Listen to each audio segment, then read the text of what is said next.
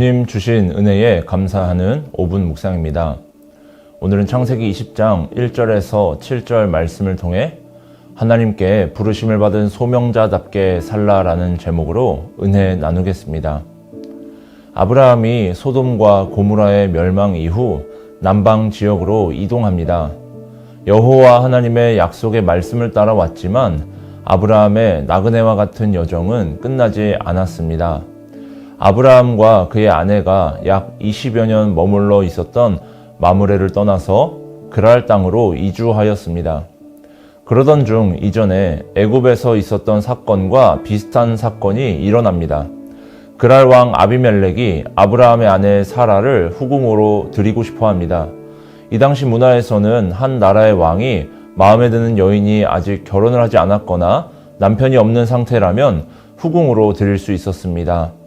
사라를 후궁으로 드리고 싶었던 아비멜렉은 아브라함에게 사라와 어떤 관계에 있는지 물어봅니다.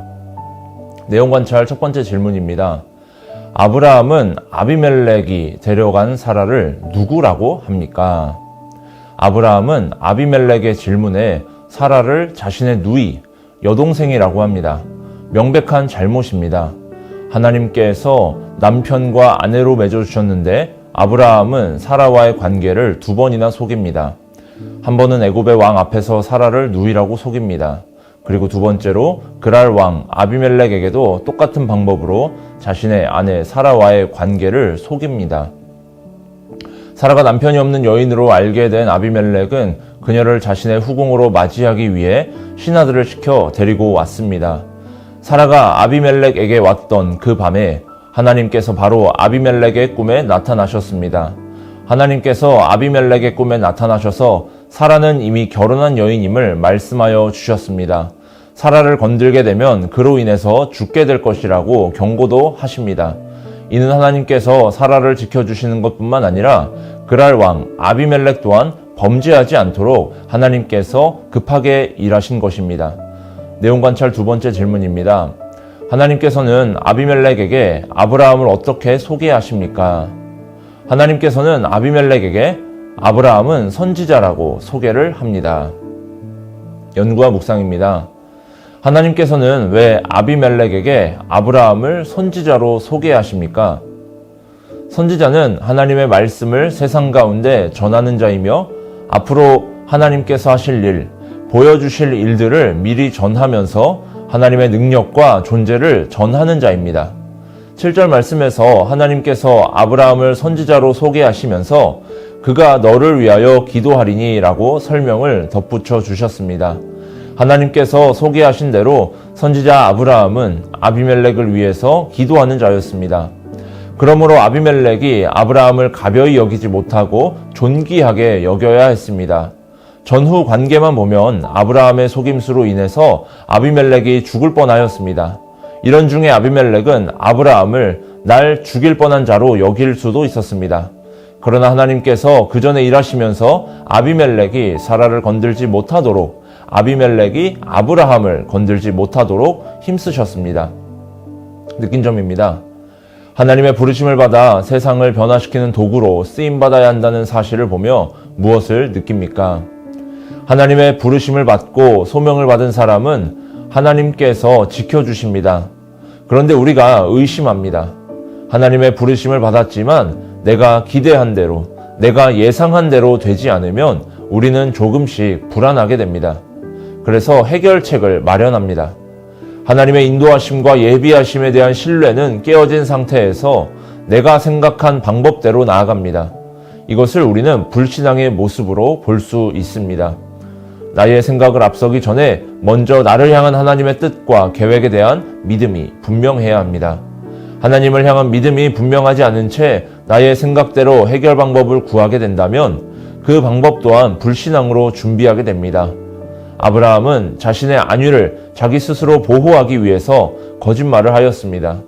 이처럼 하나님을 향한 불신앙은 또 다른 죄의 형태를 낳습니다.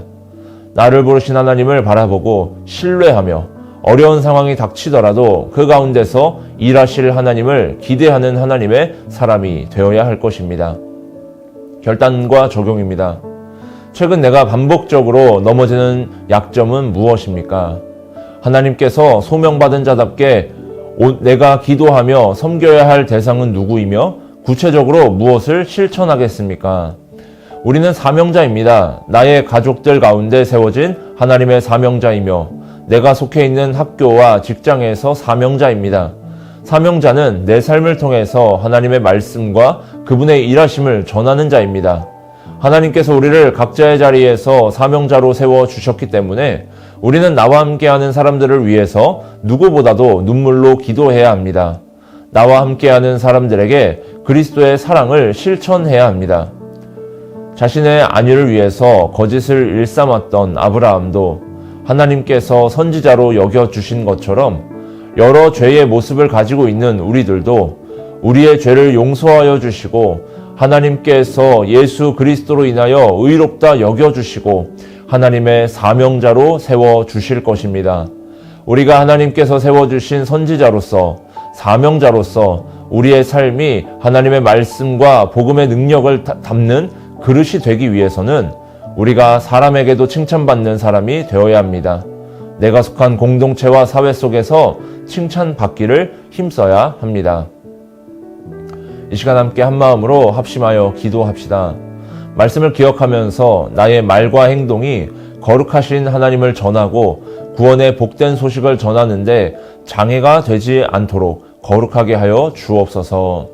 교회와 담임 목사님을 위해서 성문교회 목자로 세워주신 담임 목사님, 영육간의 강건함을 더하여 주시고 준비되는 말씀 선포하실 때 힘과 능력 더하여 주옵소서. 성문교회가 구별된 공동체로 거듭나게 하시고 세상 속에서 빛과 소금의 역할 잘 감당케 하옵소서. 영가족들을 위해서 육신의 질병과 영혼의 아픔 가운데 있는 영가족들 회복의 은혜를 경험하게 하시고 환경과 경제적인 어려움 속에서 주를 신뢰하게 하여 주옵소서.